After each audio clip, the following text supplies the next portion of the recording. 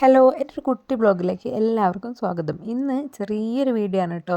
വേറൊന്നുമല്ല, ഞാൻ എല്ലാ ദിവസത്തെയും പോലെ തന്നെ ഇന്ന് ത്രിജു സ്കൂൾ വിട്ട് വരുമ്പം എന്താ ഉണ്ടാക്കി കൊടുക്കാമെന്ന് ഇങ്ങനെ ആലോചിച്ചിരിക്കുകയായിരുന്നു കേട്ടോ. ഫൈനലി ഞാൻ ഈ ഒരു നൂൽപുട്ട് ഉണ്ടാക്കാമെന്ന് വിചാരിച്ചേ. അപ്പോൾ അരിപ്പൊടി ഇവിടെ ഉണ്ടായിരുന്നു. അപ്പം എന്നാൽ പിന്നെ നിങ്ങൾക്കും കൂടെ വീഡിയോ എടുത്ത് കാണിച്ചു തരാം, എന്നാൽ പിന്നെ ഹെൽപ്ഫുൾ ആവുമല്ലോ എന്ന് വിചാരിച്ചേ. ഇതുണ്ടാക്കാൻ ഭയങ്കര സിമ്പിളാണ്. ഇതിൻ്റെ റെസിപ്പി പ്രത്യേകിച്ച് ഞാൻ ആർക്കും പറഞ്ഞു തരേണ്ട ആവശ്യമൊന്നും ഇല്ലല്ലോ. അപ്പോൾ ഉണ്ടല്ലോ, ഈ ബീട്രൂട്ടും ക്യാരറ്റും ഒന്നും കഴിക്കാത്ത കുട്ടിയൊക്കെ ഇങ്ങനെയൊക്കെ ഗ്രേറ്റ് ചെയ്ത് അരച്ച് വല്ല ഫുഡിലൊക്കെ ചേർത്ത് കൊടുത്തിട്ടുണ്ടെങ്കിൽ അവർ കഴിച്ചോളൂ കേട്ടോ. ഞാനിവിടെ ത്രിജുവിനെ പല കാര്യങ്ങളും അങ്ങനെയാണ് കഴിപ്പിക്കുന്നത്. ഇവൻ ബീട്രൂട്ട് കഴിക്കുകയില്ല. അപ്പം ഞാൻ ദോശയിലൊക്കെ ആക്കിയിട്ട് അധികം ഉണ്ടാക്കി കൊടുക്കും. അപ്പോഴാണ് അവൻ ബീട്രൂട്ടൊക്കെ കുറച്ചെങ്കിലുമൊക്കെ കഴിക്കുന്നത് കേട്ടോ. പിന്നെ ഉണ്ടല്ലോ, നിങ്ങളെ കുട്ടികൾ സ്കൂൾ വിട്ട് വരുമ്പം നിങ്ങൾ ഉണ്ടാക്കി കൊടുക്കുന്ന സ്നാക്ക് എന്താണെന്നൊക്കെ ഒന്ന് കമൻറ്റ് ചെയ്യണേ, ആരെങ്കിലും ഈ ഒരു വീഡിയോ കാണുന്നുണ്ടെങ്കിൽ.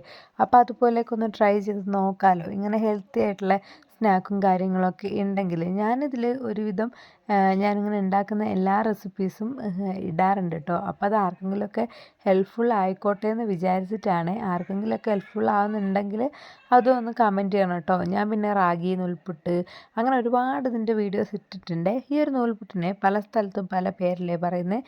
ചില സ്ഥലത്ത് ഇടിയപ്പം എന്നാണല്ലേ പറയുന്നത്. പക്ഷേ നമ്മളിവിടെ കോഴിക്കോട്, വയനാട് ഇങ്ങോട്ടേക്കൊക്കെ നൂൽപുട്ട് തന്നെയാണ് കേട്ടോ പറയുന്നത്. അപ്പം നിങ്ങളുടെ നാട്ടിൽ എന്ത് പേരാണ് പറയുന്നതെന്നും കൂടെ കമൻറ്റ് ചെയ്യണം കേട്ടോ. അപ്പം നൂൽപുട്ടിൻ്റെ പൊടി നമുക്ക് വീട്ടിൽ നിന്ന് തന്നെ വേണമെങ്കിൽ പൊടിക്കാം. പക്ഷെ ഞാനിതിപ്പോൾ കടയിൽ നിന്ന് വീട്ടിലില്ലാത്തതുകൊണ്ട് കടയിൽ നിന്ന് വാങ്ങിയ കുറച്ച് പൊടി ഉണ്ടായിരുന്നു കേട്ടോ. അതാണ് ഞാൻ എടുത്തിട്ടുള്ളത്. എൻ്റെ ത്രിജുവിൻ്റെ ഫേവറേറ്റ് ആയിട്ടുള്ള ഒരു സ്നാക്ക് ഏതാണെന്ന് ചോദിച്ചാൽ അത് നൂൽപുട്ട് തന്നെയാണ് കേട്ടോ. ഞങ്ങൾക്ക് രണ്ടാൾക്കും അത്രയ്ക്കും ഇഷ്ടമാണ് ഈ ഒരു നൂൽപുട്ട്. എനിക്കല്ലെങ്കിലും ഇങ്ങനെ ഫുഡൊക്കെ ഉണ്ടാക്കാനും മറ്റുള്ളവർക്ക് കൊടുക്കാനൊക്കെ ഭയങ്കര ഇഷ്ടമാണ് കേട്ടോ. എനിക്ക് വേണ്ടിയൊന്നും ഉണ്ടാക്കാൻ ഇഷ്ടമല്ല, പക്ഷേ മറ്റുള്ളവർക്ക് വേണ്ടിയിട്ട് ഉണ്ടാക്കി കൊടുക്കാനും അവർ കഴിക്കുന്ന കാണാനൊക്കെ ഒരുപാട് ഇഷ്ടമാണ്. എൻ്റെ ഫേവറേറ്റ് ഹോബി എന്ന് പറഞ്ഞാൽ കുക്കിംഗ് തന്നെയാണ്. പുതിയ പുതിയ ഐറ്റംസൊക്കെ ഇങ്ങനെ ഉണ്ടാക്കുക, കൊടുക്കുക, അതൊക്കെയാണ് കേട്ടോ.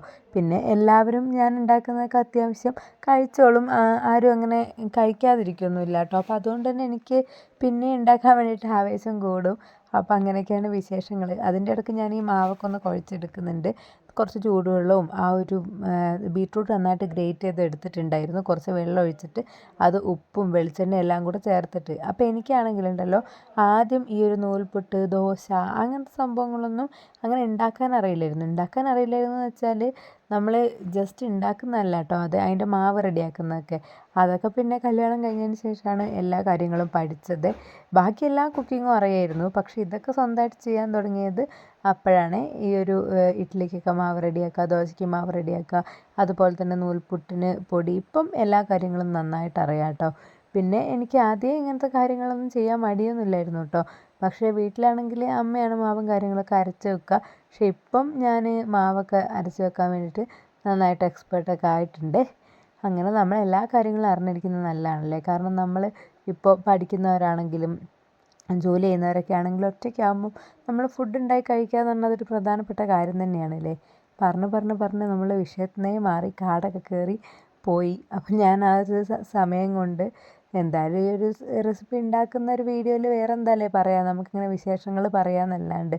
അപ്പം ഭയങ്കര ഇതായിട്ടുള്ള റെസിപ്പിയൊന്നും അല്ലല്ലോ. അപ്പം ഞാൻ പിന്നെ വേഗം അത് നൂൽപുട്ടിൻ്റെ സേവനാഴിയിലേക്ക് ഫില്ല് ചെയ്ത് കൊടുത്തിട്ട് അതൊന്ന് ഇങ്ങനെ ചുറ്റിച്ചെടുത്തിട്ടുണ്ട് കേട്ടോ. പിന്നെ ഇതുണ്ടല്ലോ, വെന്ത് കഴിയുമ്പം സാധാരണ നൂൽപുട്ടതാകുമ്പോൾ തന്നെ വെന്ത് കഴിയുമ്പോൾ ചെറിയൊരു കളറ് അങ്ങ് ഫുള്ള് ഫെയ്ഡായി പോകും കേട്ടോ. പക്ഷെ കുറേ കഴിയുമ്പോൾ പിന്നെയും ആ ഒരു കളർ തന്നെ വരുവേ. പിന്നെ ആ ഒരു നൂൽപുട്ടിൻ്റെ ആ ഒരു ജ്യൂസിൻ്റെ ആ ബീട്രൂട്ട് ജ്യൂസിൻ്റെ ആ ഒരു നല്ല മധുരമൊക്കെ ഉണ്ടായിരുന്നു കേട്ടോ. അതുകൊണ്ട് തന്നെ നല്ല ടേസ്റ്റും ഉണ്ടായിരുന്നേ.